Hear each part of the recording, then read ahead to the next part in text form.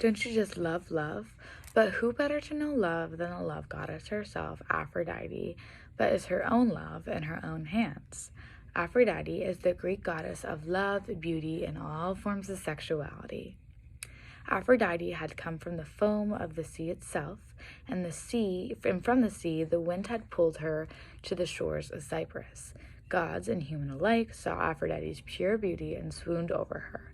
Legend has it that Zeus, Aphrodite's father, had been punishing her for how many suitors she had rejected in her cockiness, that he had her marry a not so appealing fire god, Hephaestus, which Aphrodite was less than faithful to, and not so long after, Aphrodite switched up and ended up marrying the war god Ares, who was quite the looker, but clearly Aphrodite has got a type. From fire god to war god, Ares and Aphrodite ended up conceiving their first kid, whose name was Eros, commonly known as Cupid himself, go figure, being the love god and everything.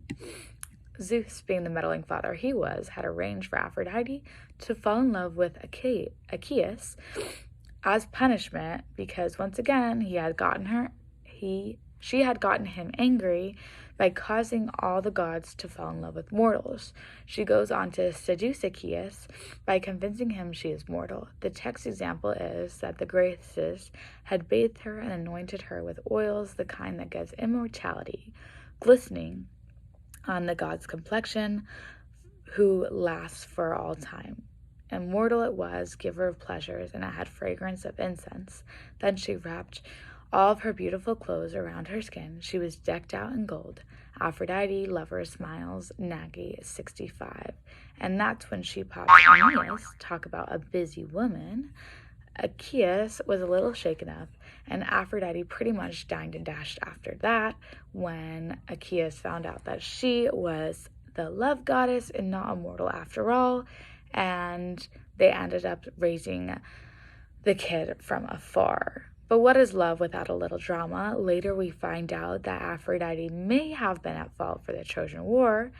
At the wedding of Peleus and Tias, Eris offered a golden apple to the most beautiful goddess. Talk about a catfight. Aphrodite, Hera, Athena all fought for the title, which each god and goddess ended up presenting her strength to sway Prince Paris. Hera offered regions of Asia and Europe, Athena offering him strength and invincibility, and Aphrodite offering him visions of the most beautiful woman in all the world and her hand in marriage. Aphrodite, the text example, talks about how she is the fairest woman in all the world, and she should be with Paris as a weakling and something of a coward too, as later events he chose to give the golden apple to Aphrodite, and that judgment of Paris famed everywhere as the real reason why the Trojan War was fought. Hamilton 384 in the Judgment of Paris text. In addition to the legend of Aphrodite, there was an ancient artifact of Aphrodite that became one of her examples, as Aphrodite of Melos, Venus of Melos, is known to be one of the most famous of all ancient Greek artifacts.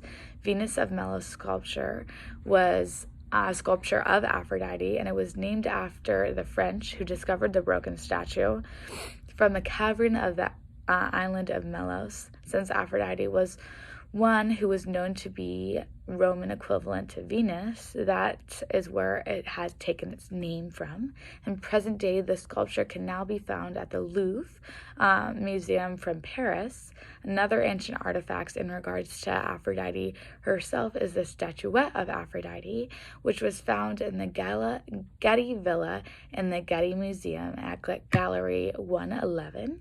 In the Hellenic world, where the woman is shown to be Aphrodite standing in a hip thrust power stance with platform sandals on, which were known to be very popular in the thousands BCs, which was taken from the Getty's Villa museum site. The goddess appears to be taller because of the platform wedges, and the apple was held in the goddess' hands of the goddess of love, and in the statue It holds the scene that of the judgment of Paris, and she had been chosen to be the most beautiful goddess in all the land.